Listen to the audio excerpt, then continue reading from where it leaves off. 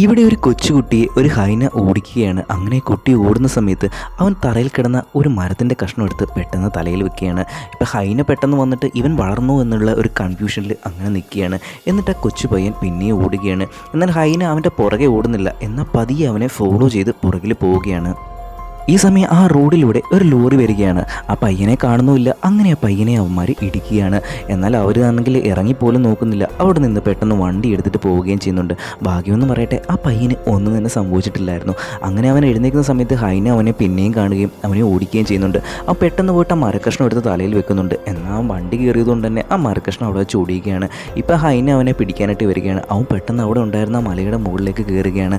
അവിടെ എത്തുമ്പം ഹൈനയും കയറാനായിട്ട് നോക്കുന്നുണ്ട്. ഇത് കണ്ട് അവൻ പേടിച്ച് അവിടെ നിന്ന് ബഹളം വെക്കുകയാണ്. ഈ സമയം ഇത് കേട്ട ഇവൻ്റെ ജ്യേഷ്ഠൻ അവിടേക്ക് വരികയാണ്. എന്നിട്ട് ഹൈനയെ അവിടെ നിന്ന് അവൻ ഓടിക്കുകയാണ്. എന്നിട്ട് അവൻ്റെ അനിയനെ അവിടെ വെച്ച് രക്ഷിക്കുകയും ചെയ്യുന്നു.